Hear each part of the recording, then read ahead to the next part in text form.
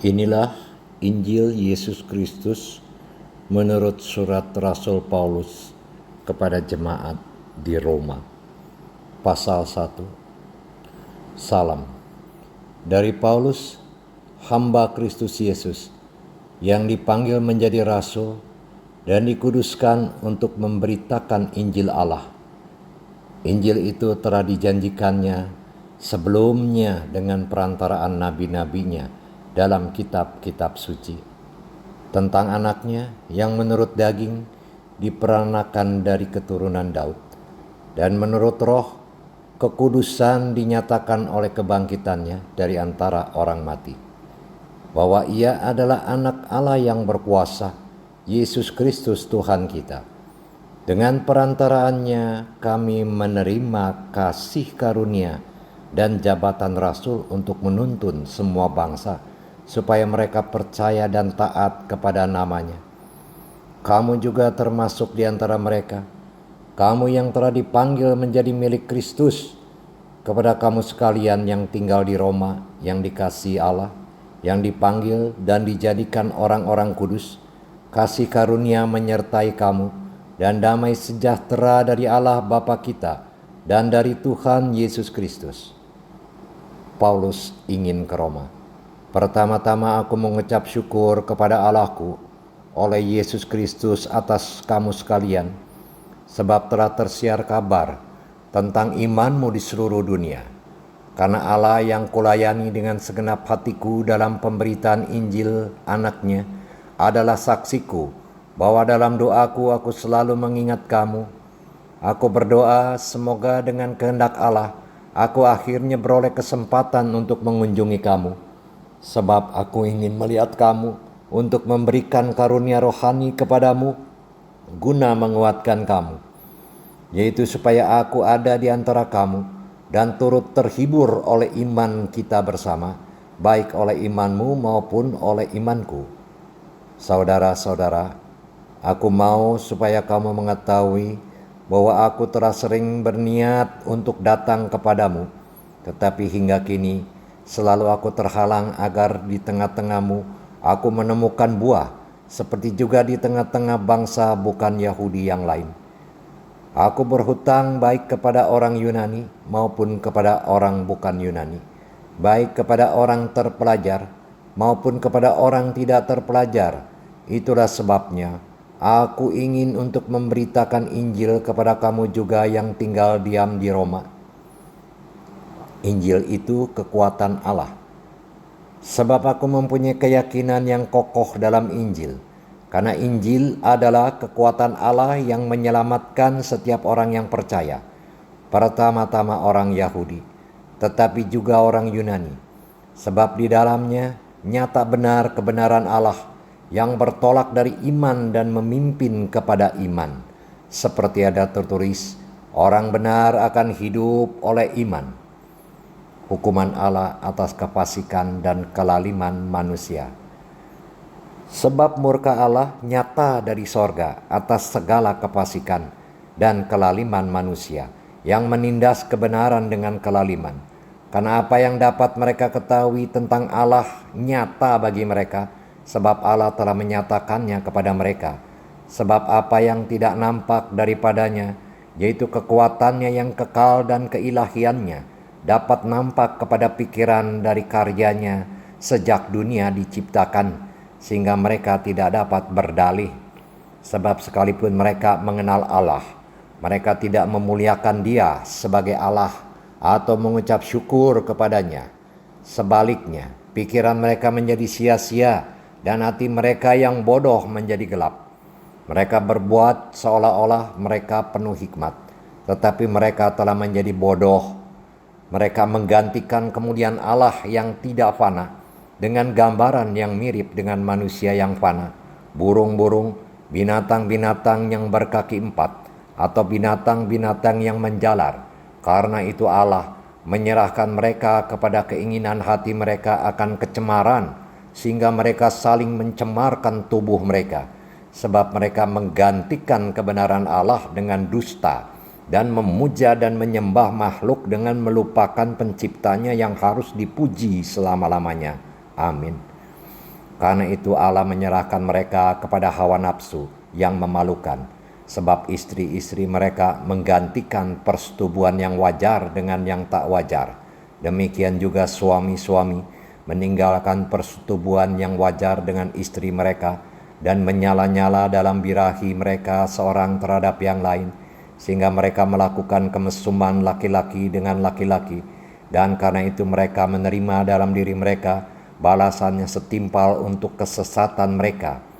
Dan karena mereka tidak merasa perlu untuk mengakui Allah, maka Allah menyerahkan mereka kepada pikiran-pikiran yang terkutuk, sehingga mereka melakukan apa yang tidak pantas, penuh dengan rupa-rupa kelaliman, kejahatan, keserakahan, dan kebusukan, penuh dengan dengki, pembunuhan, perselisihan, tipu muslihat, dan kefasikan.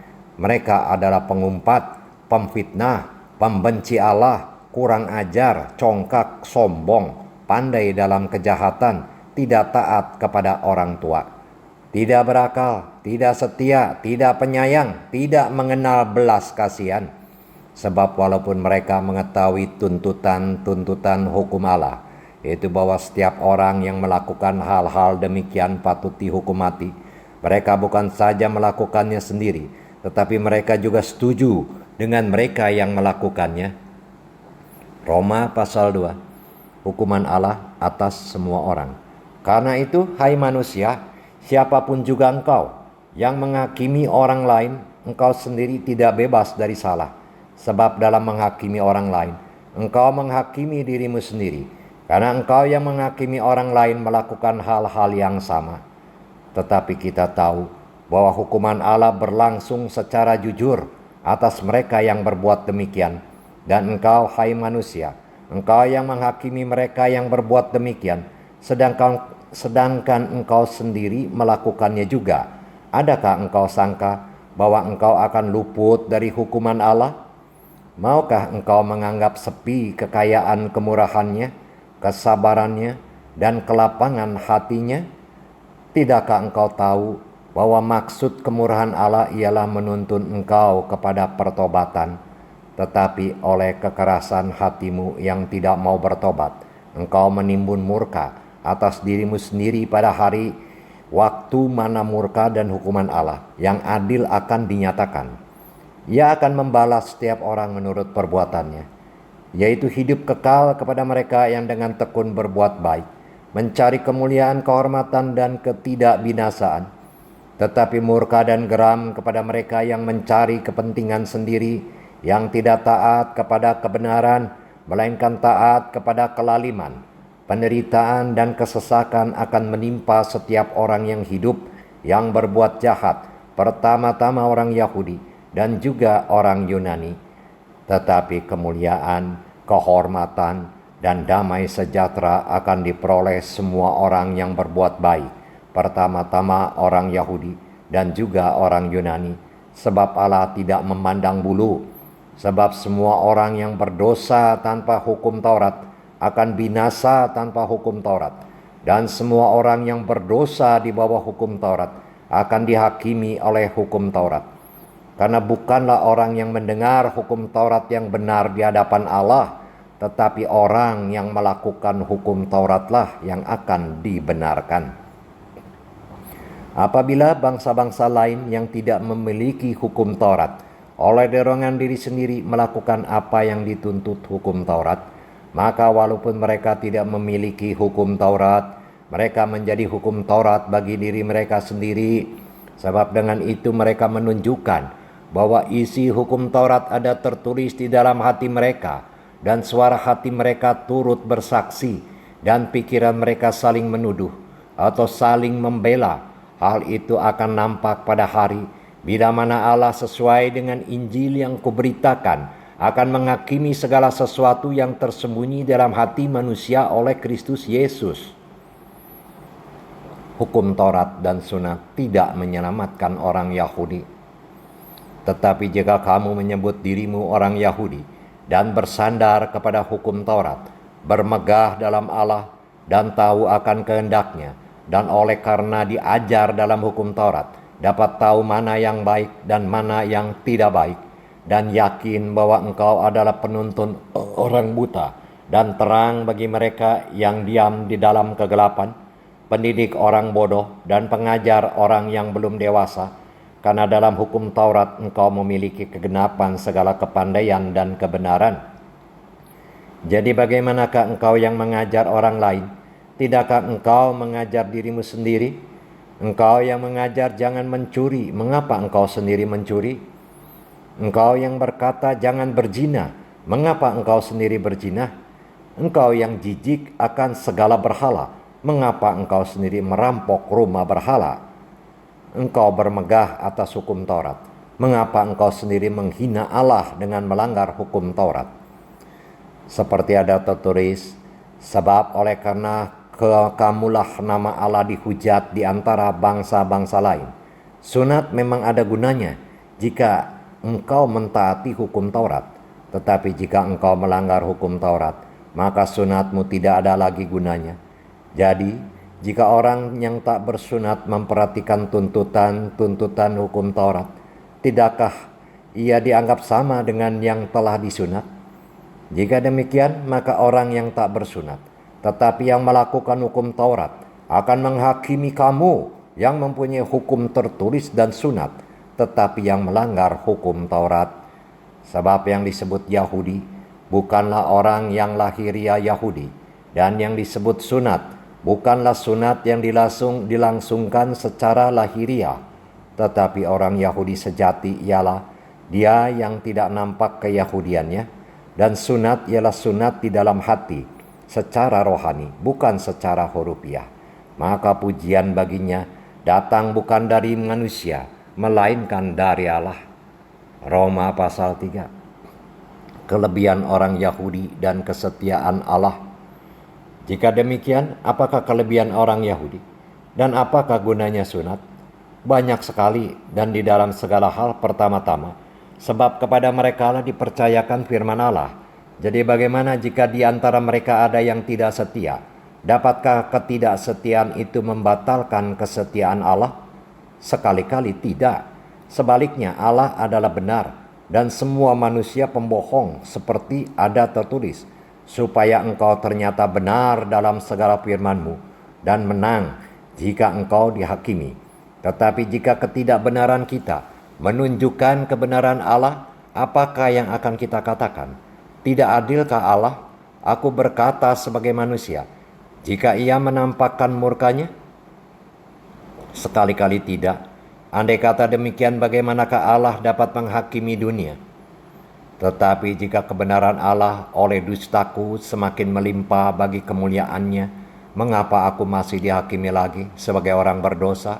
Bukankah tidak benar fitnahan orang yang mengatakan bahwa kita berkata, marilah kita berbuat yang jahat supaya yang baik timbul daripadanya?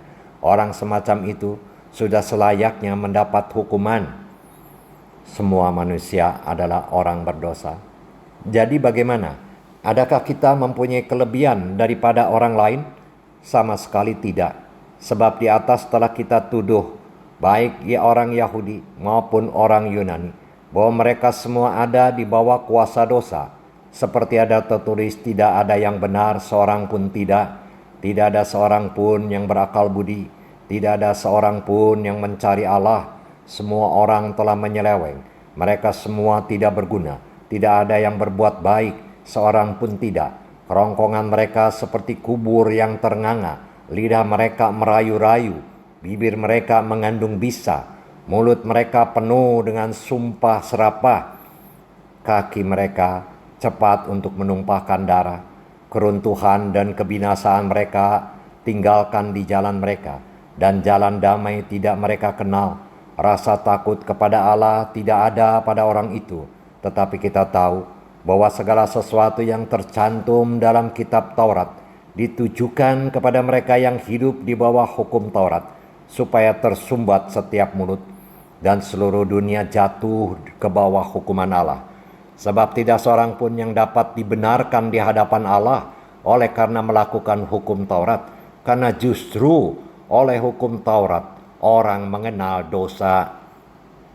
Manusia dibenarkan karena iman. Tetapi sekarang Tanpa hukum Taurat kebenaran Allah telah dinyatakan, seperti yang disaksikan dalam kitab Taurat dan kitab para nabi, yaitu kebenaran Allah karena iman dalam Yesus Kristus bagi semua orang yang percaya, sebab tidak ada perbedaan, karena semua orang telah berbuat dosa dan telah kehilangan kemuliaan Allah, dan oleh kasih karunia telah dibenarkan dengan cuma-cuma karena penebusan dalam Kristus Yesus. Kristus Yesus telah ditentukan Allah menjadi jalan pendamaian karena iman dalam darahnya.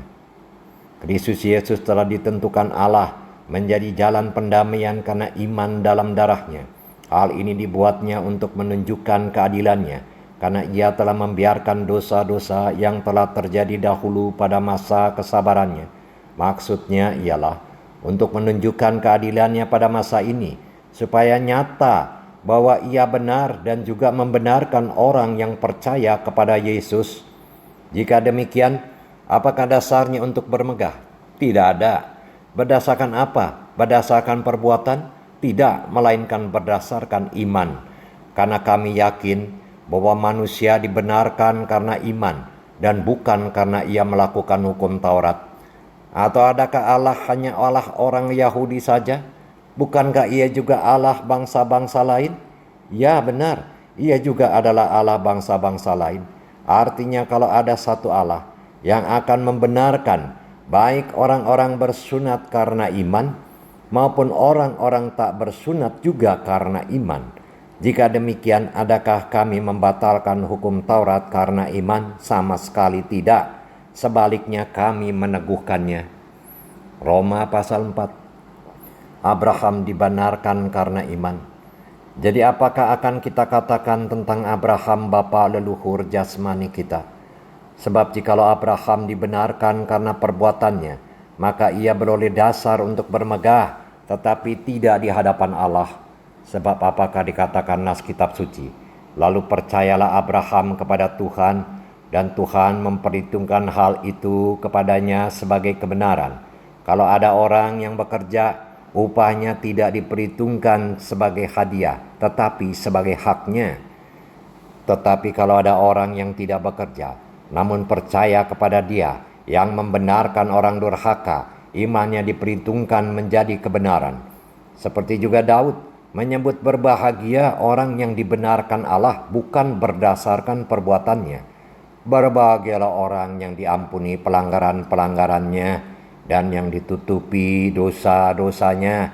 Berbahagialah manusia yang kesalahannya tidak diperhitungkan Tuhan kepadanya. Adakah ucapan bahagia ini hanya berlaku bagi orang bersunat saja, atau juga bagi orang tak bersunat?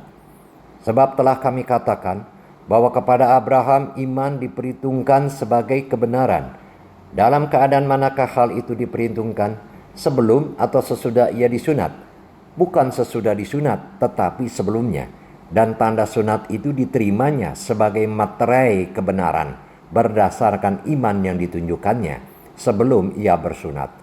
Demikianlah ia dapat menjadi bapa semua orang percaya yang tak bersunat, supaya kebenaran diperhitungkan kepada mereka, dan juga menjadi bapa orang-orang bersunat, yaitu mereka yang bukan hanya bersunat tetapi juga mengikuti jejak iman Abraham, bapa leluhur kita, pada masa ia belum disunat. Sebab bukan karena hukum Taurat telah diberikan janji kepada Abraham dan keturunannya bahwa ia akan memiliki dunia, tetapi karena kebenaran berdasarkan iman.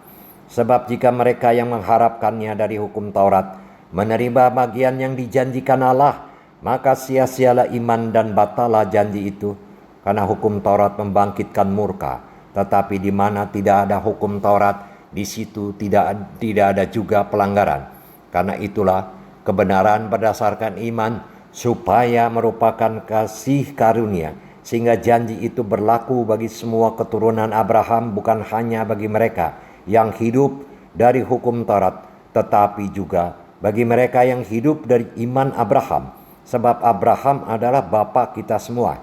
Seperti ada tertulis, engkau telah kutetapkan menjadi bapa banyak bangsa di hadapan Allah yang kepadanya ia percaya, yaitu Allah yang menghidupkan orang mati dan yang menjadikan dengan firman-Nya apa yang tidak ada menjadi ada. Sebab sekalipun tidak ada dasar untuk berharap, namun Abraham berharap juga dan percaya bahwa ia akan menjadi bapa banyak bangsa menurut yang telah difirmankannya. Demikianlah banyaknya nanti keturunanmu. Imannya tidak menjadi lemah, walaupun ia mengetahui bahwa tubuhnya sudah sangat lemah, karena usianya telah kira-kira 100 tahun, dan bahwa rahim Sarah telah tertutup. Tetapi terhadap janji Allah ia tidak bimbang, karena ketidakpercayaan, malah ia diperkuat dalam imannya, dan ia memuliakan Allah dengan penuh keyakinan bahwa Allah berkuasa untuk melaksanakan apa yang telah ia janjikan. Karena itu hal ini diperhitungkan kepadanya sebagai kebenaran. Kata-kata ini, yaitu hal ini diperhitungkan kepadanya, tidak ditulis untuk Abraham saja, tetapi ditulis juga untuk kita. Sebab kepada kita pun Allah memperhitungkannya, karena kita percaya kepada Dia yang telah membangkitkan Yesus Tuhan kita dari antara orang mati, yaitu Yesus yang telah diserahkan karena pelanggaran kita dan dibangkitkan karena pembenaran kita. Roma pasal 5. Hasil pembenaran. Sebab itu kita yang dibenarkan karena iman, kita hidup dalam damai sejahtera dengan Allah oleh karena Tuhan kita Yesus Kristus. Oleh Dia kita juga beroleh jalan masuk oleh iman kepada kasih karunia ini. Di dalam kasih karunia ini kita berdiri, dan kita bermegah dalam pengharapan akan menerima kemuliaan Allah. Dan bukan hanya itu saja, kita malah bermegah juga dalam kesengsaraan kita, karena kita tahu bahwa kesengsaraan itu menimbulkan ketekunan, dan ketekunan menimbulkan tahan uji, dan tahan uji menimbulkan pengharapan, dan pengharapan tidak mengecewakan, karena kasih Allah telah dicurahkan di dalam hati kita oleh Roh Kudus yang telah dikaruniakan kepada kita. Karena waktu kita masih lemah, Kristus telah mati untuk kita orang-orang durhaka pada waktu yang ditentukan Allah. Sebab tidak mudah seorang mau mati untuk orang yang benar, tetapi mungkin untuk orang yang baik ada orang yang berani mati. Akan tetapi Allah menunjukkan kasih-Nya kepada kita oleh karena Kristus telah mati untuk kita ketika kita masih berdosa. Lebih-lebih karena kita sekarang telah dibenarkan oleh darah-Nya, kita pasti akan diselamatkan dari murka Allah. Sebab jikalau kita ketika masih seteru diperdamaikan dengan Allah oleh kematian anak-Nya, lebih-lebih kita yang sekarang telah diperdamaikan pasti akan diselamatkan oleh hidup-Nya. Dan bukan hanya itu saja, kita malah bermegah dalam Allah oleh Yesus Kristus Tuhan kita, sebab oleh Dia kita telah menerima pendamaian itu, Adam dan Kristus. Sebab itu sama seperti dosa telah masuk ke dalam dunia oleh satu orang, dan oleh dosa itu juga maut, demikianlah maut itu telah menjalar kepada semua orang, karena semua orang telah berbuat dosa. Sebab sebelum hukum Taurat ada, telah ada dosa di dunia, tetapi dosa itu tidak diperhitungkan kalau tidak ada hukum Taurat.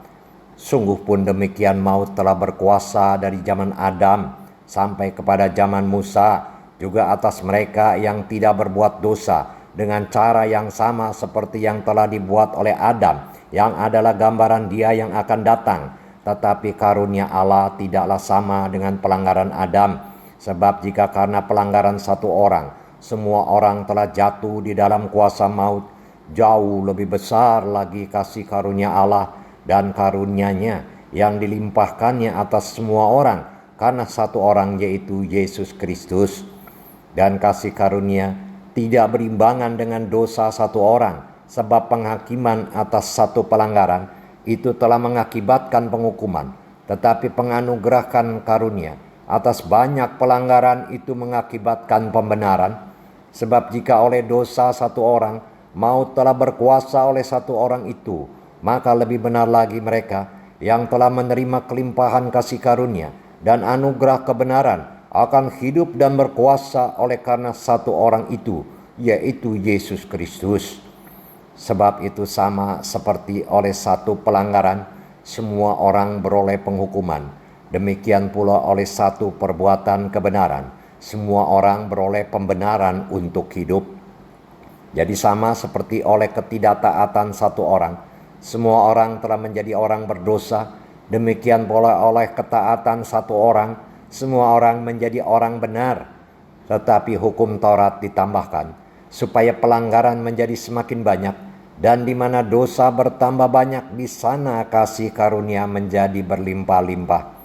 Supaya sama seperti dosa berkuasa dalam alam maut, demikian kasih karunia akan berkuasa oleh kebenaran untuk hidup yang kekal oleh Yesus Kristus Tuhan kita. Roma pasal 6, mati dan bangkit dengan Kristus. Jika demikian, apakah yang hendak kita katakan? Bolehkah kita bertekun dalam dosa supaya semakin bertambah kasih karunia itu? Sekali-kali tidak. Bukankah kita telah mati bagi dosa?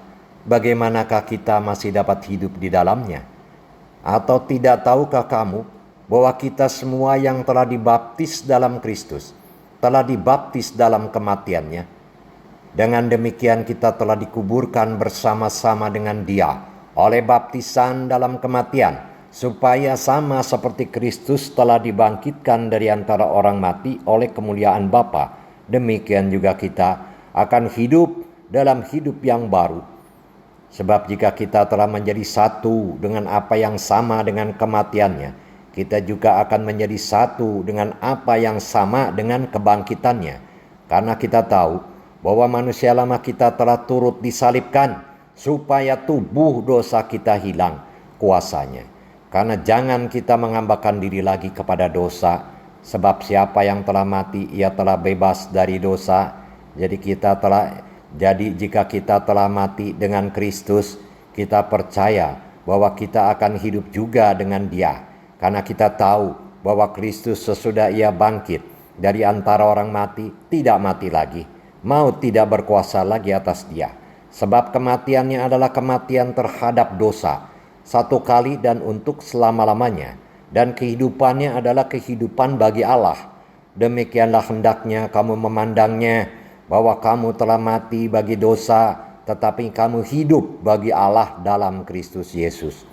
Sebab itu, hendaklah dosa jangan berkuasa lagi di dalam tubuhmu yang fana, supaya kamu jangan lagi menuruti keinginannya, dan janganlah kamu menyerahkan anggota-anggota tubuhmu kepada dosa, untuk dipakai sebagai senjata kelaliman, tetapi serahkanlah dirimu kepada Allah sebagai orang-orang yang dahulu mati, tetapi yang sekarang hidup, dan serahkanlah anggota tubuhmu kepada Allah untuk menjadi senjata-senjata kebenaran.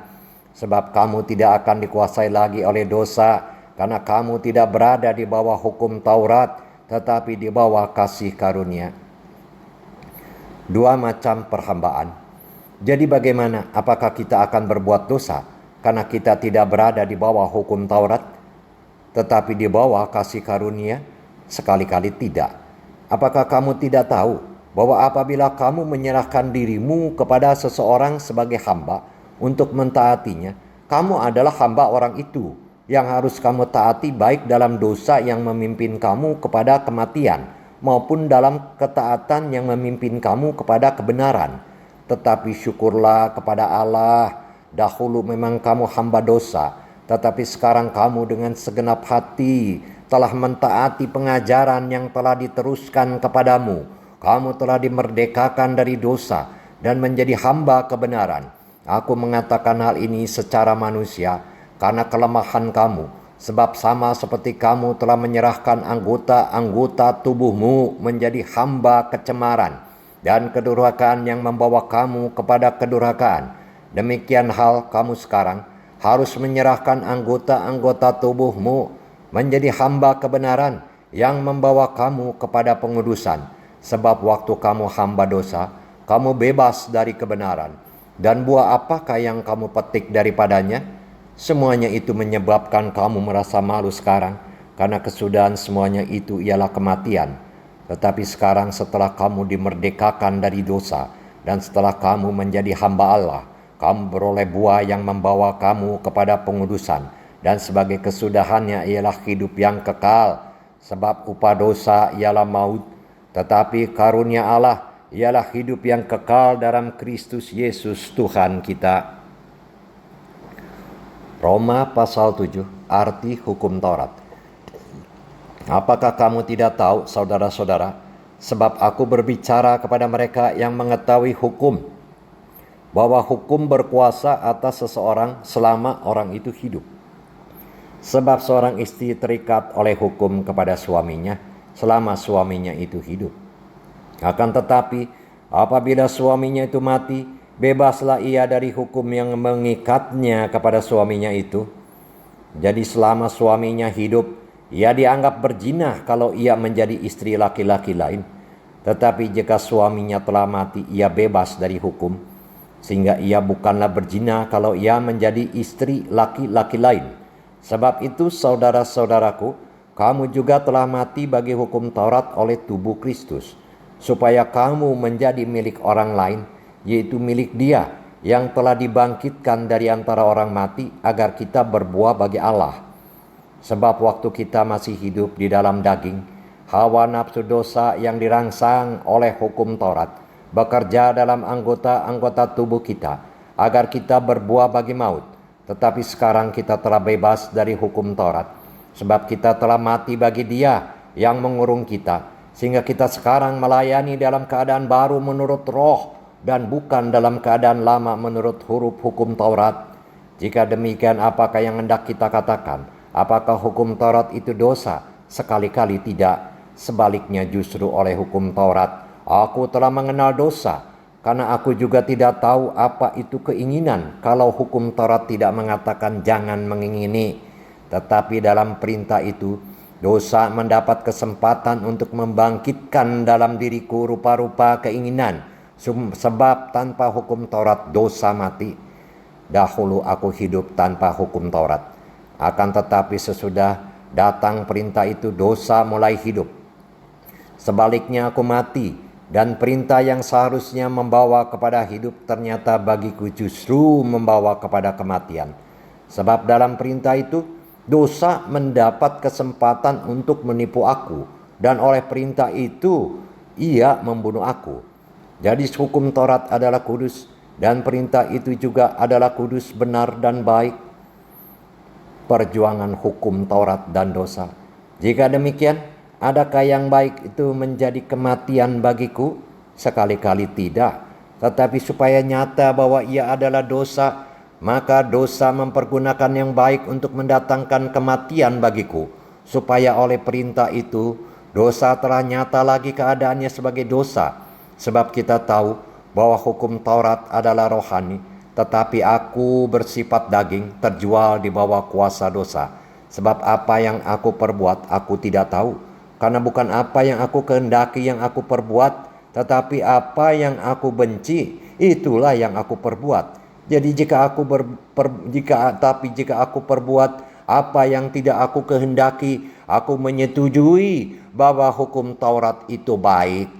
Kalau demikian, bukan aku lagi yang memperbuatnya, tetapi dosa yang ada di dalam aku. Sebab aku tahu bahwa di dalam aku, yaitu di dalam aku sebagai manusia, tidak ada sesuatu yang baik. Sebab kehendak memang ada di dalam aku, tetapi bukan hal berbuat apa yang baik. Sebab bukan apa yang aku kehendaki, yaitu yang baik yang aku perbuat, melainkan apa yang tidak aku kehendaki, yaitu yang jahat yang aku perbuat. Jadi jika aku berbuat apa yang tidak aku kehendaki, maka bukan lagi aku yang memperbuatnya, tetapi dosa yang diam di dalam aku. Demikianlah aku dapati hukum ini. Jika aku menghendaki berbuat apa yang baik, yang jahat itu ada padaku. Sebab di dalam batinku aku suka akan hukum Allah, tetapi di dalam anggota-anggota tubuhku aku melihat hukum lain yang berjuang melawan hukum akal budiku, dan membuat aku menjadi tawanan hukum dosa yang ada di dalam anggota-anggota tubuhku. Aku manusia celaka, siapakah yang akan melepaskan aku dari tubuh maut ini? Syukur kepada Allah oleh Yesus Kristus Tuhan kita. Jadi dengan akal budiku aku melayani hukum Allah, tetapi dengan tubuh insaniku aku melayani hukum dosa. Roma pasal 8, hidup oleh roh.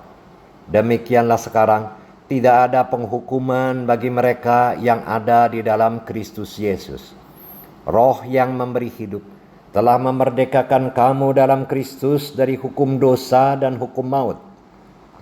Sebab apa yang tidak mungkin dilakukan hukum Taurat karena tak berdaya oleh daging, telah dilakukan oleh Allah dengan jalan mengutus anaknya sendiri dalam daging, yang serupa dengan daging, yang dikuasai dosa karena dosa. Ia telah menjatuhkan hukuman atas dosa di dalam daging, supaya tuntutan hukum Taurat digenapi di dalam kita yang tidak hidup menurut daging tetapi menurut roh.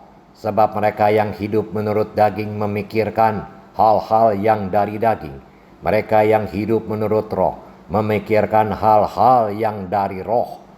Karena keinginan daging adalah maut, tetapi keinginan roh adalah hidup dan damai sejahtera. Sebab keinginan daging adalah perseteruan terhadap Allah, karena ia tidak takluk kepada hukum Allah. Hal ini memang tidak mungkin baginya. Mereka yang hidup dalam daging tidak mungkin berkenan kepada Allah. Tetapi kamu tidak hidup dalam daging melainkan dalam roh, jika memang roh Allah diam di dalam kamu. Tetapi jika orang tidak memiliki roh Kristus, ia bukan milik Kristus. Tetapi jika Kristus ada di dalam kamu, maka tubuh memang mati karena dosa, tetapi roh adalah kehidupan oleh karena kebenaran. Dan jika roh Dia yang telah membangkitkan Yesus dari antara orang mati diam di dalam kamu, maka Ia yang telah membangkitkan Kristus Yesus dari antara orang mati akan menghidupkan juga tubuhmu yang fana itu oleh roh-Nya yang diam di dalam kamu. Jadi saudara-saudara, kita adalah orang berhutang, tetapi bukan kepada daging, supaya hidup menurut daging. Sebab jika kamu hidup menurut daging, kamu akan mati. Tetapi jika oleh roh kamu mematikan perbuatan-perbuatan tubuhmu, kamu akan hidup. Semua orang yang dipimpin roh Allah adalah anak Allah. Sebab kamu tidak menerima roh perbudakan yang membuat kamu menjadi takut lagi, tetapi kamu telah menerima roh yang menjadikan kamu anak Allah. Oleh roh itu kita berseru, Ya Aba, Ya Bapa. Roh itu bersaksi bersama-sama dengan roh kita bahwa kita adalah anak-anak Allah. Dan jika kita adalah anak, maka kita juga adalah ahli waris. Maksudnya orang-orang yang berhak menerima janji-janji Allah, yang akan menerimanya bersama-sama dengan Kristus. Yaitu jika kita menderita bersama-sama dengan Dia, supaya kita juga dipermuliakan bersama-sama dengan Dia. Pengharapan anak-anak Allah. Sebab aku yakin bahwa penderitaan zaman sekarang ini tidak dapat dibandingkan dengan kemuliaan yang akan dinyatakan kepada kita. Sebab dengan sangat rindu seluruh makhluk menantikan saat anak-anak Allah dinyatakan, karena seluruh makhluk telah ditaklukkan kepada kesia-siaan, bukan oleh kehendaknya sendiri, tapi oleh kehendak Dia yang telah menaklukkannya. Tetapi dalam pengharapan, karena makhluk itu sendiri juga akan dimerdekakan dari perbudakan kebinasaan dan masuk ke dalam kemerdekaan kemuliaan anak-anak Allah. Sebab kita tahu bahwa sampai sekarang segala makhluk sama-sama mengeluh dan sama-sama merasa sakit bersalin. Dan bukan hanya mereka saja, tetapi kita yang telah menerima karunia sulung roh, kita juga mengeluh dalam hati kita sambil menantikan pengangkatan sebagai anak, yaitu pembebasan tubuh kita. Sebab kita diselamatkan dalam pengharapan, tetapi pengharapan yang dilihat bukan pengharapan lagi. Sebab bagaimana orang masih mengharapkan apa yang dilihatnya? Tetapi jika kita mengharapkan apa yang tidak kita lihat, kita menantikannya dengan tekun. Demikian juga roh membantu kita dalam kelemahan kita. Sebab kita tidak tahu bagaimana sebenarnya harus berdoa, tetapi roh sendiri berdoa untuk kita kepada Allah dengan keluhan-keluhan yang tidak terucapkan. Dan Allah yang menyelidiki hati nurani mengetahui maksud roh itu, yaitu bahwa Ia sesuai dengan kehendak Allah berdoa untuk orang-orang kudus. Kita tahu sekarang bahwa Allah turut bekerja dalam segala sesuatu untuk mendatangkan kebaikan bagi mereka yang mengasihi Dia, yaitu bagi mereka yang terpanggil sesuai dengan rencana Allah. Sebab semua orang yang dipilihnya dari semula, mereka juga ditentukannya dari semula untuk menjadi serupa dengan gambaran anaknya, supaya Ia, anaknya itu, menjadi yang sulung di antara banyak saudara. dan mereka yang ditentukannya dari semula, mereka itu juga dipanggilnya, dan mereka yang dipanggilnya, mereka itu juga dibenarkannya, dan mereka yang dibenarkannya, mereka itu juga dimuliakannya. Keyakinan iman. Sebab itu apakah yang akan kita katakan tentang semuanya itu? Jika Allah di pihak kita, siapakah yang akan melawan kita? Ia yang tidak menyayangkan anaknya sendiri, tetapi yang menyerahkannya bagi kita semua. Bagaimanakah mungkin ia tidak mengaruniakan segala sesuatu kepada kita bersama-sama dengan Dia? Siapakah yang akan menggugat orang-orang pilihan Allah? Allah yang membenarkan mereka. Siapakah yang akan menghukum mereka? Kristus Yesus yang telah mati, bahkan lebih lagi, yang telah bangkit, yang juga duduk di sebelah kanan Allah, yang malah menjadi pembela bagi kita. Siapakah yang akan memisahkan kita dari kasih Kristus? Penindasan atau kesesakan atau penganiayaan, atau kelaparan, atau ketelanjangan, atau bahaya, atau pedang? Seperti ada tertulis, oleh karena Engkau, kami ada dalam bahaya maut sepanjang hari. Kami telah dianggap sebagai domba-domba sembelihan. Tetapi dalam semuanya itu kita lebih daripada orang-orang yang menang oleh Dia yang telah mengasihi kita. Sebab aku yakin bahwa baik maut maupun hidup, baik malaikat-malaikat maupun pemerintah-pemerintah baik yang ada sekarang maupun yang akan datang, atau kuasa-kuasa, baik yang di atas maupun yang di bawah, ataupun sesuatu makhluk lain, tidak akan dapat memisahkan kita dari kasih Allah yang ada dalam Kristus Yesus Tuhan kita. Roma 9. Pilihan atas Israel. Aku mengatakan kebenaran dalam Kristus. Aku tidak berdusta. Suara hatiku turut bersaksi dalam Roh Kudus bahwa aku sangat berduka cita dan selalu bersedih hati. Bahkan aku mau terkutuk dan terpisah dari Kristus demi saudara-saudaraku kaum sebangsaku secara jasmani. Sebab mereka adalah orang Israel. Mereka telah diangkat menjadi anak, dan mereka telah menerima kemuliaan dan perjanjian-perjanjian dan hukum Taurat dan ibadah dan janji-janji. Mereka adalah keturunan bapa-bapa leluhur yang menurunkan Mesias dalam keadaannya sebagai manusia yang ada di atas segala sesuatu. Ia adalah Allah yang harus dipuji sampai selama-lamanya. Amin. Akan tetapi firman Allah tidak mungkin gagal, sebab tidak semua orang yang berasal dari Israel adalah orang Israel, dan juga tidak semua yang terhitung keturunan Abraham adalah anak Abraham, tetapi yang berasal dari Ishak yang akan disebut keturunanmu. Artinya bukan anak-anak menurut daging adalah anak-anak Allah, tetapi anak-anak perjanjian yang disebut keturunan yang benar. Sebab firman ini mengandung janji, pada waktu seperti inilah aku akan datang dan Sarah akan mempunyai seorang anak laki-laki. Tetapi bukan hanya itu saja, lebih terang lagi ialah Ribka yang mengandung dari satu orang, yaitu dari Ishak bapa leluhur kita.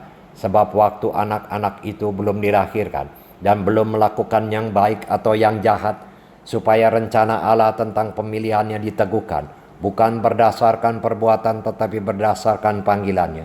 Dikatakan kepada Ribka, anak yang tua akan menjadi hamba anak yang muda. Seperti ada tertulis, aku mengasihi Yakub tetapi membenci Esau. Jika demikian, apakah yang hendak kita katakan? Apakah Allah tidak adil? Mustahil. Sebab Ia berfirman kepada Musa, aku akan menaruh belas kasihan kepada siapa aku mau menaruh belas kasihan, dan aku akan bermurah hati kepada siapa aku mau bermurah hati. Jadi hal itu tidak tergantung pada kehendak orang atau usaha orang, tetapi kepada kemurahan hati Allah. Sebab kitab suci berkata kepada Fir'aun, itulah sebabnya aku membangkitkan engkau, yaitu supaya aku memperlihatkan kuasaku di dalam engkau, dan supaya namaku dimasyhurkan di seluruh bumi. Jadi Ia menaruh belas kasihan kepada siapa yang dikehendakinya, dan Ia menegarkan hati siapa yang dikehendakinya. Sekarang kamu akan berkata kepadaku, Jika demikian, apalagi yang masih disalahkannya? Sebab siapa yang menentang kehendaknya? Siapakah kamu, hai manusia, maka kamu membantah Allah? Dapatkah yang dibentuk berkata kepada yang membentuknya, mengapa engkau membentuk aku demikian?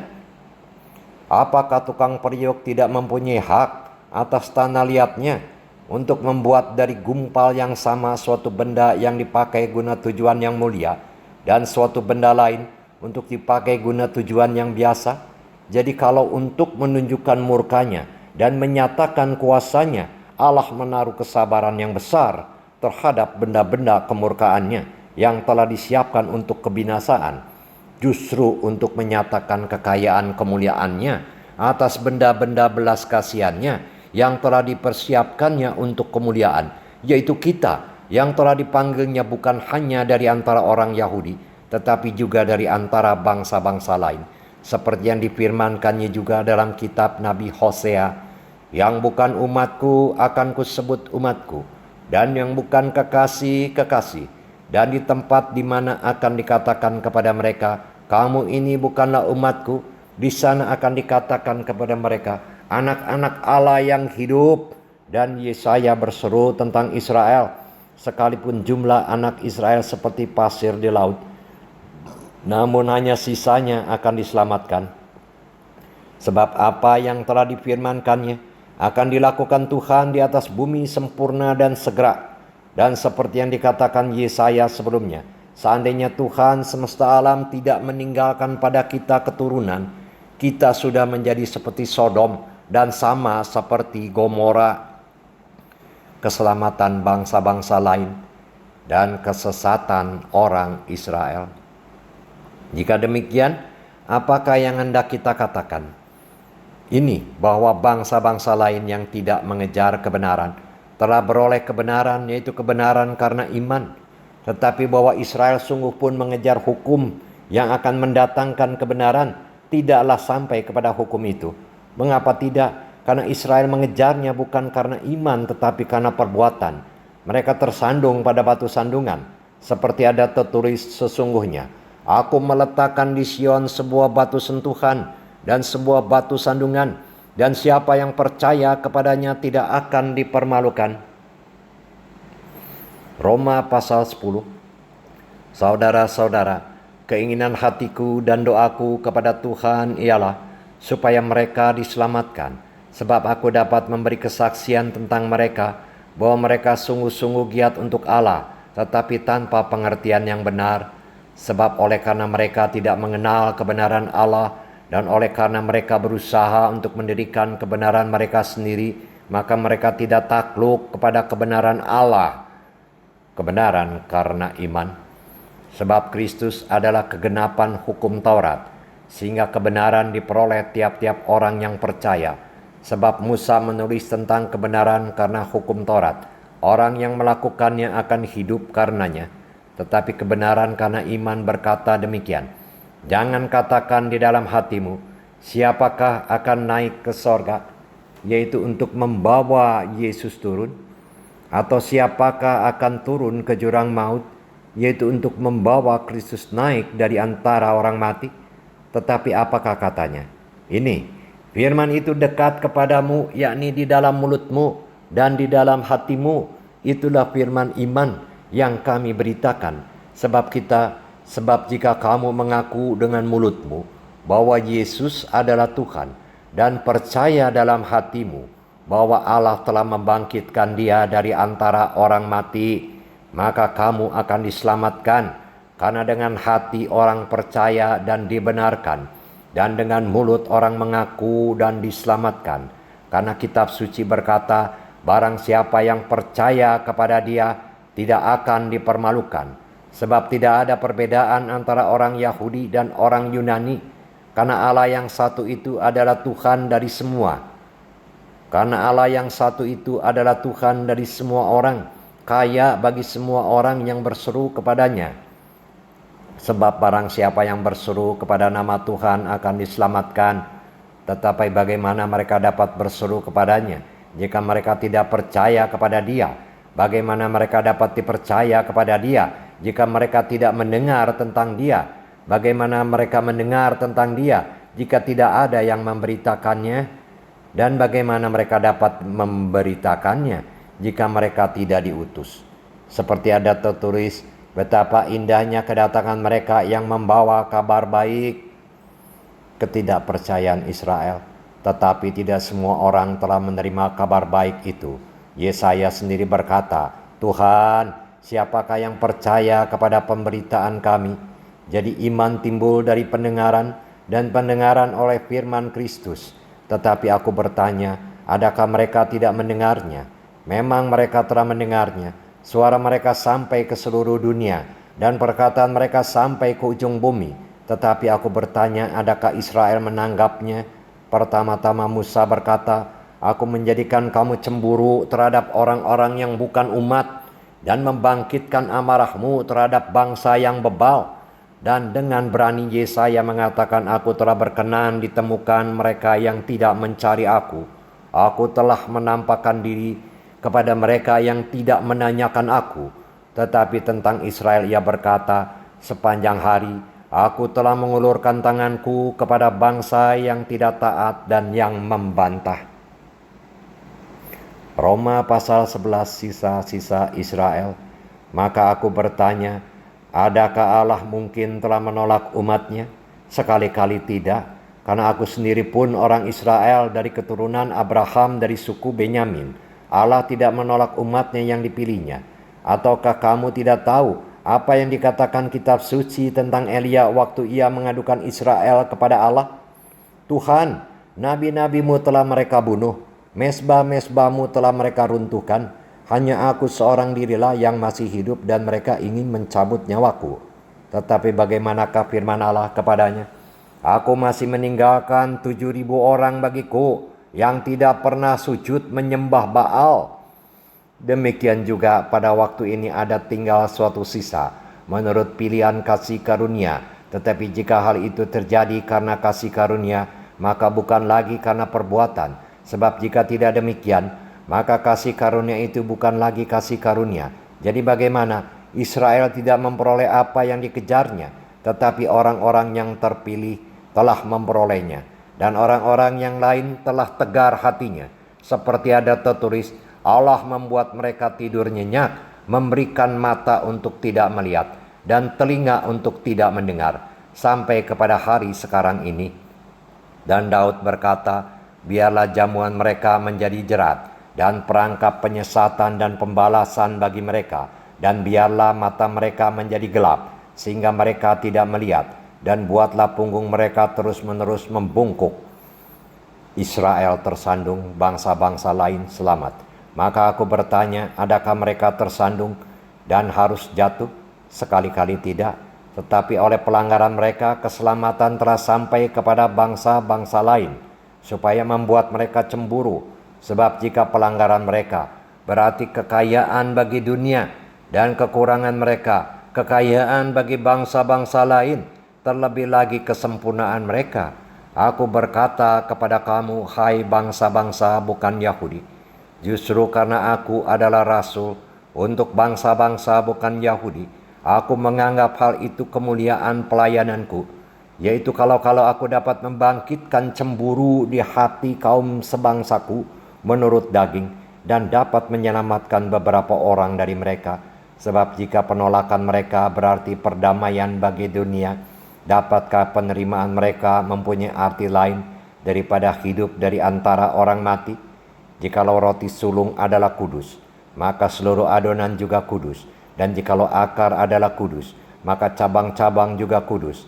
Karena itu, apabila beberapa cabang telah dipatahkan, dan kamu sebagai tunas liar telah dicangkokkan di antaranya, dan turut mendapat bagian dalam akar pohon zaitun yang penuh getah, janganlah kamu bermegah terhadap cabang-cabang itu. Jikalau kamu bermegah, ingatlah bahwa bukan kamu yang menopang akar itu, melainkan akar itu yang menopang kamu. Mungkin kamu akan berkata, ada cabang-cabang yang dipatahkan, supaya aku dicangkokkan di antaranya sebagai tunas. Baiklah, mereka dipatahkan karena ketidakpercayaan mereka, dan kamu tegak tercacak karena iman. Janganlah kamu sombong, tetapi takutlah. Sebab kalau Allah tidak menyayangkan cabang-cabang asli, Ia juga tidak akan menyayangkan kamu. Sebab itu perhatikanlah kemurahan Allah dan juga kekerasannya, yaitu kekerasan atas orang-orang yang telah jatuh, tetapi atas kamu kemurahannya, yaitu jika kamu tetap dalam kemurahannya. Jika tidak, kamu pun akan dipotong juga, tetapi mereka pun akan dicangkokkan kembali jika mereka tidak tetap dalam ketidakpercayaan mereka. Sebab Allah berkuasa untuk mencangkokkan mereka kembali. Sebab jika kamu telah dipotong sebagai cabang dari pohon zaitun liar dan bertentangan dengan keadaanmu itu, kamu telah dicangkokkan pada pohon zaitun sejati. Terlebih lagi mereka ini, yang menurut asal mereka akan dicangkokkan pada pohon zaitun mereka sendiri. Penyelamatan Israel. Sebab saudara-saudara, supaya kamu jangan menganggap dirimu pandai, aku mau agar kamu mengetahui rahasia ini. Sebagian dari Israel telah menjadi tegar sampai jumlah yang penuh dari bangsa-bangsa lain telah masuk. Dengan jalan demikian, seluruh Israel akan diselamatkan seperti ada tertulis, dari Sion akan datang penebus, ia akan menyingkirkan segala kefasikan daripada Yakub. Dan inilah perjanjianku dengan mereka, apabila aku menghapuskan dosa mereka. Mengenai Injil mereka adalah seteru Allah oleh karena kamu, tetapi mengenai pilihan mereka adalah kekasih Allah oleh karena nenek moyang, sebab Allah tidak menyesali kasih karunia dan panggilannya. Sebab sama seperti kamu dahulu tidak taat kepada Allah, tetapi sekarang beroleh kemurahan oleh ketidaktaatan mereka, demikian juga mereka sekarang tidak taat, supaya oleh kemurahan yang telah kamu peroleh, mereka juga akan beroleh kemurahan. Sebab Allah telah mengurung semua orang dalam ketidaktaatan, supaya ia dapat menunjukkan kemurahannya atas mereka semua. Oh, alangkah dalamnya kekayaan, hikmat, dan pengetahuan Allah. Sungguh tak terselidiki keputusan-keputusannya, dan sungguh tak terselami jalan-jalannya. Sebab siapakah yang mengetahui pikiran Tuhan? Atau siapakah yang pernah menjadi penasihatnya? Atau siapakah yang pernah memberikan sesuatu kepadanya sehingga ia harus menggantikannya? Sebab segala sesuatu adalah dari Dia, dan oleh Dia, dan kepada Dia. Bagi Dialah kepunyaan bagi Dialah kemuliaan sampai selama-lamanya. Roma pasal 12, persembahan yang benar. Karena itu saudara-saudara, demi kemurahan Allah aku menasihatkan kamu, supaya kamu mempersembahkan tubuhmu sebagai persembahan yang hidup, yang kudus, dan yang berkenan kepada Allah. Itu adalah ibadahmu yang sejati. Janganlah kamu menjadi serupa dengan dunia ini, tetapi berubahlah oleh pembaruan budimu, sehingga kamu dapat membedakan manakah kehendak Allah, apa yang baik, yang berkenan kepada Allah, dan yang sempurna. Berdasarkan kasih karunia yang dianugerahkan kepadaku, aku berkata kepada setiap orang di antara kamu, janganlah kamu memikirkan hal-hal yang lebih tinggi daripada yang patut kamu pikirkan, tetapi hendaklah kamu berpikir begitu rupa, sehingga kamu menguasai diri menurut ukuran iman yang dikaruniakan Allah kepada kamu masing-masing. Sebab sama seperti pada satu tubuh, kita mempunyai banyak anggota, tetapi tidak semua anggota itu mempunyai tugas yang sama. Demikian juga kita, walaupun banyak adalah satu tubuh dalam Kristus, tetapi kita masing-masing adalah anggota yang seorang terhadap yang lain. Demikianlah kita mempunyai karunia yang berlain-lainan menurut kasih karunia yang dianugerahkan kepada kita. Jika karunia itu adalah untuk berbuat baiklah kita melakukannya sesuai dengan iman kita. Jika karunia untuk melayani, baiklah kita melayani. Jika karunia untuk mengajar, baiklah kita mengajar. Jika karunia untuk menasihati, baiklah kita menasihati. Siapa yang membagi-bagikan sesuatu, hendaklah ia melakukannya dengan hati yang ikhlas. Siapa yang memberi pimpinan, hendaklah ia melakukannya dengan rajin. Siapa yang menunjukkan kemurahan, hendaklah ia melakukannya dengan sukacita. Nasihat untuk hidup dalam kasih. Hendaklah kasih itu jangan pura-pura. Jauhilah yang jahat dan lakukanlah yang baik. Hendaklah kamu saling mengasihi sebagai saudara, dan saling mendahului dalam memberi hormat. Janganlah hendaknya kerajinanmu kendor. Biarlah rohmu menyala-nyala dan layanilah Tuhan. Bersukacitalah dalam pengharapan, sabarlah dalam kesesakan dan bertekunlah dalam doa. Bantulah dalam kekurangan orang-orang kudus, dan usahakanlah dirimu untuk selalu memberikan tumpangan. Berkatilah siapa yang menganiaya kamu, berkatilah dan jangan mengutuk. Bersukacitalah dengan orang yang bersukacita, dan menangislah dengan orang yang menangis. Hendaklah kamu sehati sepikir dalam hidupmu bersama. Janganlah kamu memikirkan perkara-perkara yang tinggi, tetapi arahkanlah dirimu kepada perkara-perkara yang sederhana. Janganlah menganggap dirimu pandai, janganlah membalas kejahatan dengan kejahatan. Lakukanlah apa yang baik bagi semua orang, sedapat-dapatnya kalau hal itu bergantung padamu. Hiduplah dalam perdamaian dengan semua orang. Saudara-saudaraku yang kekasih, janganlah kamu sendiri menuntut pembalasan, tetapi berilah tempat kepada murka Allah, sebab ada tertulis, pembalasan itu adalah hakku. Akulah yang akan menuntut pembalasan, firman Tuhan. Tetapi jika seterumu lapar, berilah dia makan. Jika ia haus, berilah dia minum. Dengan berbuat demikian, kamu menumpukan bara api di atas kepalanya. Janganlah kamu kalah terhadap kejahatan, tetapi kalahkanlah kejahatan dengan kebaikan. Roma pasal 13, kepatuhan kepada pemerintah. Tiap-tiap orang harus takluk kepada pemerintah yang di atasnya, sebab tidak ada pemerintah yang tidak berasal dari Allah, dan pemerintah-pemerintah yang ada ditetapkan oleh Allah. Sebab itu barang siapa melawan pemerintah, ia melawan ketetapan Allah, dan siapa yang melakukannya akan mendatangkan hukuman atas dirinya. Sebab jika seorang berbuat baik, ia tidak usah takut kepada pemerintah, hanya jika ia berbuat jahat. Maukah kamu hidup tanpa takut terhadap pemerintah? Perbuatlah apa yang baik, dan kamu akan beroleh pujian daripadanya. Karena pemerintah adalah hamba Allah untuk kebaikanmu. Tetapi jika engkau berbuat jahat, takutlah akan dia, karena tidak percuma pemerintah menyandang pedang. Pemerintah adalah hamba Allah untuk membalaskan murka Allah atas mereka yang berbuat jahat. Sebab itu perlu kita menaklukkan diri, bukan saja oleh karena kemurkaan Allah, tetapi juga oleh karena suara hati kita. Itulah juga sebabnya maka kamu membayar pajak, karena mereka yang mengurus hal itu adalah pelayan-pelayan Allah.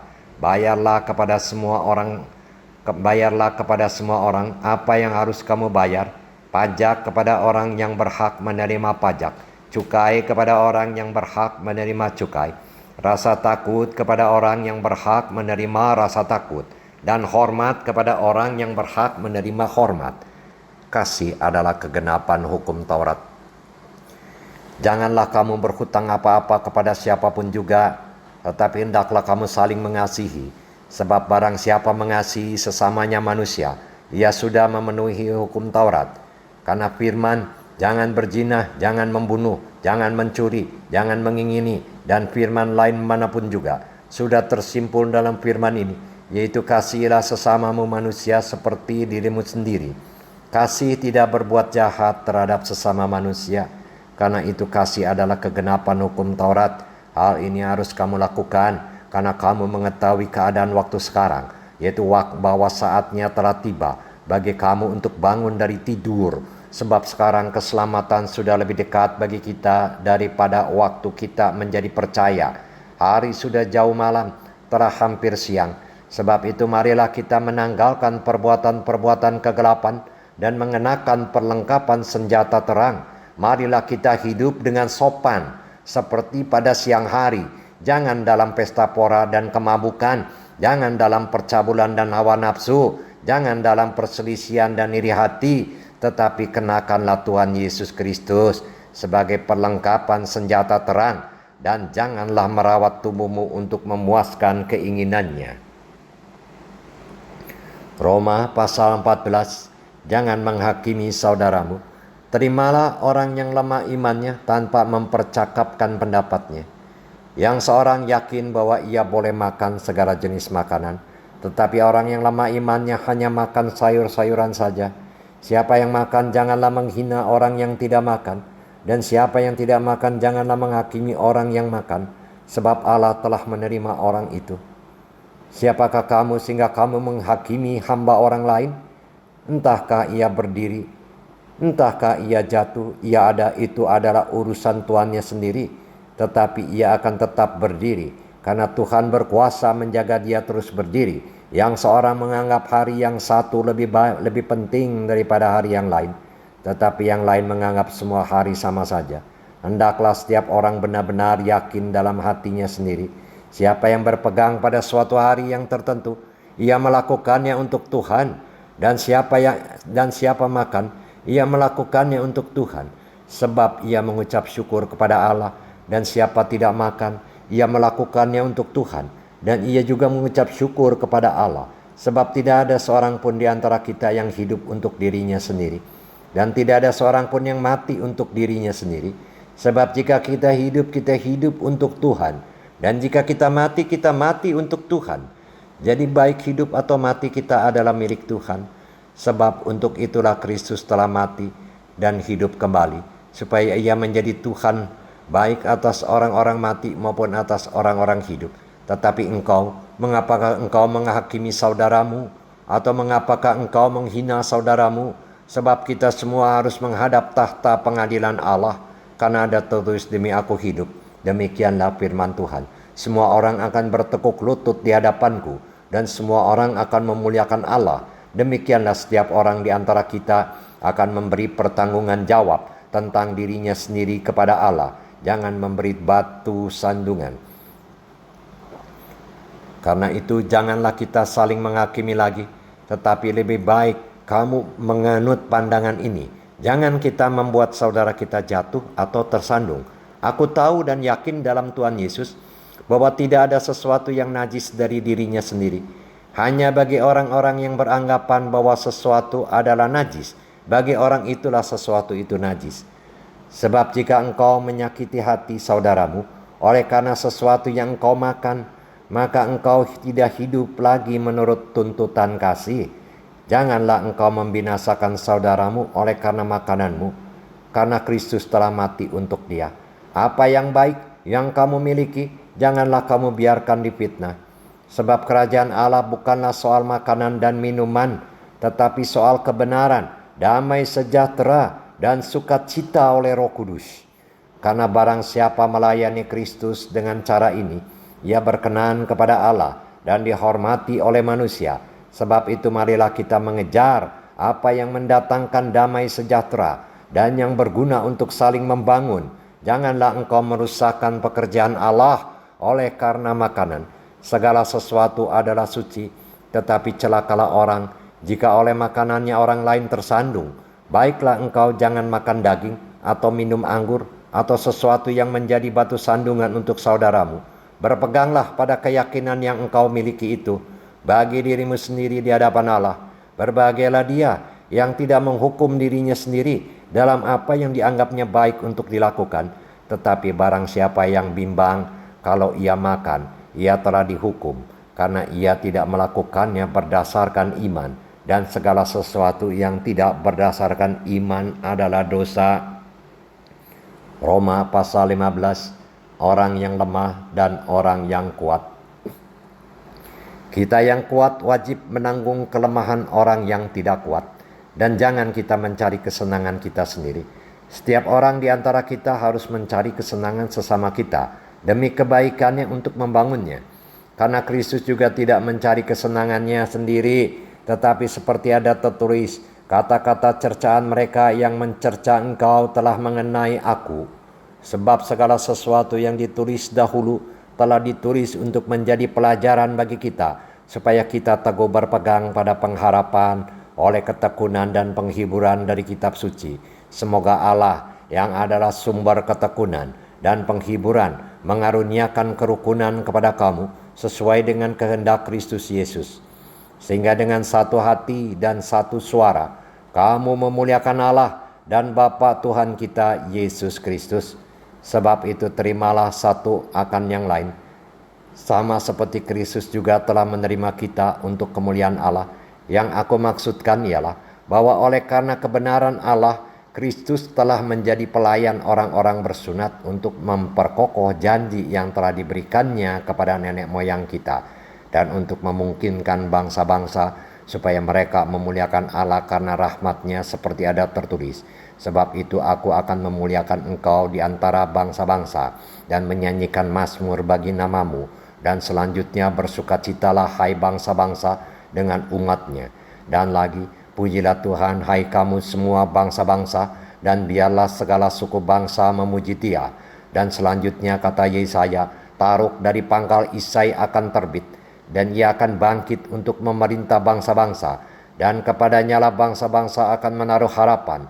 Semoga Allah, sumber pengharapan, memenuhi kamu dengan segala sukacita dan damai sejahtera dalam iman kamu, supaya oleh kekuatan Roh Kudus kamu berlimpah-limpah dalam pengharapan. Paulus menjelaskan dasar-dasar tulisannya.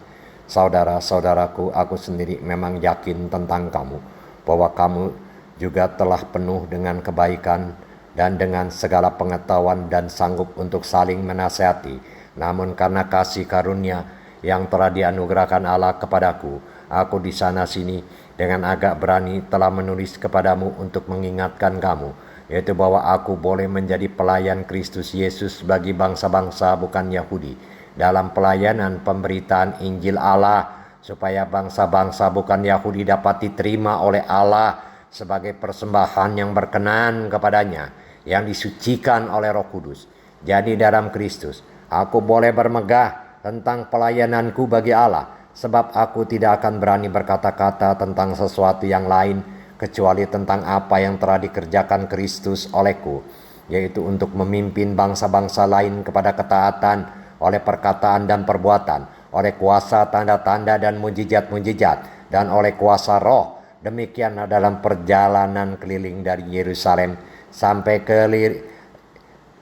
Illyricum, aku telah memberitakan sepenuhnya Injil Kristus, dan dalam pemberitaan itu aku menganggap sebagai kehormatanku bahwa aku tidak melakukannya di tempat-tempat di mana nama Kristus telah dikenal orang, supaya aku jangan membangun di atas dasar yang telah diletakkan orang lain, tetapi sesuai dengan yang ada tertulis, mereka yang belum pernah menerima berita tentang Dia akan melihat Dia, dan mereka yang tidak pernah mendengarnya akan mengertinya.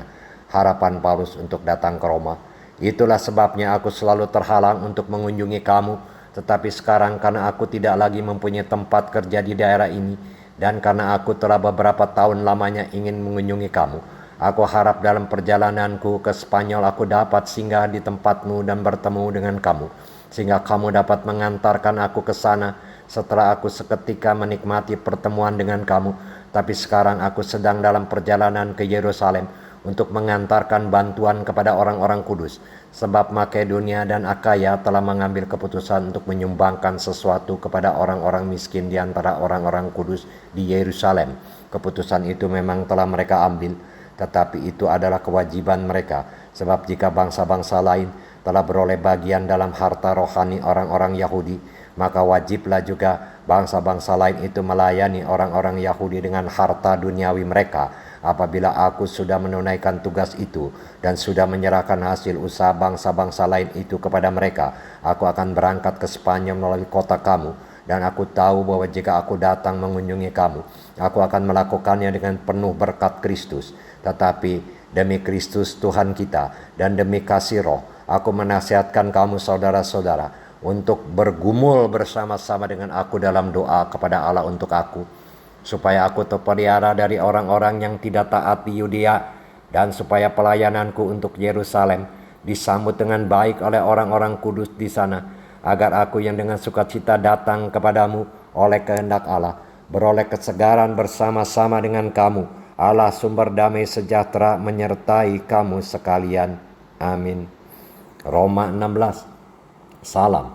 Aku meminta perhatian terhadap Febe, saudara kita yang melayani jemaat di Kengkrea, supaya kamu menyambut dia dalam Tuhan, sebagaimana seharusnya bagi orang-orang kudus, dan berikanlah kepadanya bantuan bila diperlukannya, sebab ia sendiri telah memberi bantuan kepada orang banyak, juga kepadaku sendiri.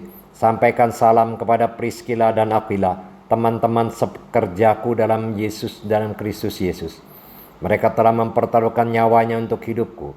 Kepada mereka bukan aku saja yang berterima kasih, tetapi juga semua jemaat bukan Yahudi. Salam juga kepada jemaat di rumah mereka Salam kepada Epenetus, saudara yang kukasihi, yang adalah buah pertama dari daerah Asia untuk Kristus. Salam kepada Maria, yang telah bekerja keras untuk kamu. Salam kepada Adronikus dan Yunias, saudara-saudaraku sebangsa yang pernah dipenjarakan bersama-sama dengan aku, yaitu orang-orang yang terpandang di antara para rasul dan yang telah menjadi Kristen sebelum aku. Salam kepada Ampliatus yang kukasihi dalam Tuhan. Salam kepada Urbanus, teman sekerja kami dalam Kristus. Dan salam kepada Stakis yang kukasihi. Salam kepada Apeles yang telah tahan uji dalam Kristus. Salam kepada mereka yang termasuk isi rumah Aristobulus. Salam kepada Herodion, temanku sebangsa. Salam kepada mereka yang termasuk isi rumah Narkisus yang ada dalam Tuhan. Salam kepada Trifena dan Trifosa yang bekerja membanting tulang dalam pelayanan Tuhan. Salam kepada Persis yang kukasihi yang telah bekerja membanting tulang dalam pelayanan Tuhan. Salam kepada Rufus, orang pilihan dalam Tuhan. Dan salam kepada ibunya yang bagiku adalah juga ibu. Salam kepada Asinkritus, Phlegon, Hermes, Patrobas, Hermas, dan saudara-saudara yang bersama-sama dengan mereka. Salam kepada Filologus dan Yulia, Nereus dan saudaranya perempuan, dan Olimpas, dan juga kepada segala orang kudus yang bersama-sama dengan mereka. Bersalam-salamlah kamu dengan cium kudus. Salam kepada kamu dari semua jemaat Kristus. Peringatan. Tapi aku menasihatkan kamu saudara-saudara, supaya kamu waspada terhadap mereka yang bertentangan dengan pengajaran yang telah kamu terima, menimbulkan perpecahan dan godaan. Sebab itu hindarilah mereka, sebab orang-orang demikian tidak melayani Kristus Tuhan kita, tetapi melayani perut mereka sendiri. Dan dengan kata-kata mereka yang muluk-muluk dan bahasa mereka yang manis, mereka menipu orang-orang yang tulus hatinya. Kabar tentang ketaatanmu telah terdengar oleh semua orang. Sebab itu aku bersukacita tentang kamu, tetapi aku ingin supaya kamu bijaksana terhadap apa yang baik dan bersih terhadap apa yang jahat. Semoga Allah, sumber damai sejahtera, segera akan menghancurkan iblis di bawah kakimu. Kasih karunia Yesus Kristus Tuhan kita menyertai kamu. Salam kepada kamu dari Timotius, temanku sekerja, dan dari Lukius, Yason, dan Sosipater, teman-temanku sebangsa. Salam dalam Tuhan kepada kamu dari Tertius, yaitu aku yang menulis surat ini. Salam kepada kamu dari Gaius yang memberi tumpangan kepadaku, dan kepada seluruh jemaat. Salam kepada kamu dari Erastus, bendahara negeri, dan dari Quartus, saudara kita. Kasih karunia Yesus Kristus Tuhan kita menyertai kamu sekalian. Amin. Segala kemuliaan bagi Allah. Bagi Dia yang berkuasa menguatkan kamu menurut Injil yang kumasyurkan dan pemberitaan tentang Yesus Kristus, sesuai dengan pernyataan rahasia yang didiamkan berabad-abad lamanya, tetapi yang sekarang telah dinyatakan dan yang menurut perintah Allah yang abadi telah diberitakan oleh kitab-kitab para nabi kepada bangsa-bangsa untuk membimbing mereka kepada ketaatan iman. Bagi Dia, satu-satunya Allah yang penuh hikmat, oleh Yesus Kristus, segala kemuliaan sampai selama-lamanya. Amin. Demikianlah Injil Tuhan, terpujilah Kristus. Tanamkanlah firman-Mu dalam hati, pikiran, dan perasaan kami. Jadikanlah menjadi pedoman hidup kami. Mampukan kami untuk menjadi pelaku firman-Mu. Sempurnakanlah pengertian kami, pemahaman kami. Alirkanlah roh pengertian-Mu. Alirkanlah roh wahyu dan roh hikmat-Mu kepada kami, sehingga kami dapat merasakan, benar-benar merasakan, memahami, menghayati hidup di dalam Kristus Yesus setiap saat, di mana Engkau telah menyediakan kekayaan dan kemuliaan bagi kami di dalam Kristus Yesus. Amin. Firman-Mu adalah jalan kebenaran dan hidup kami. Haleluya, haleluya, haleluya. Amin.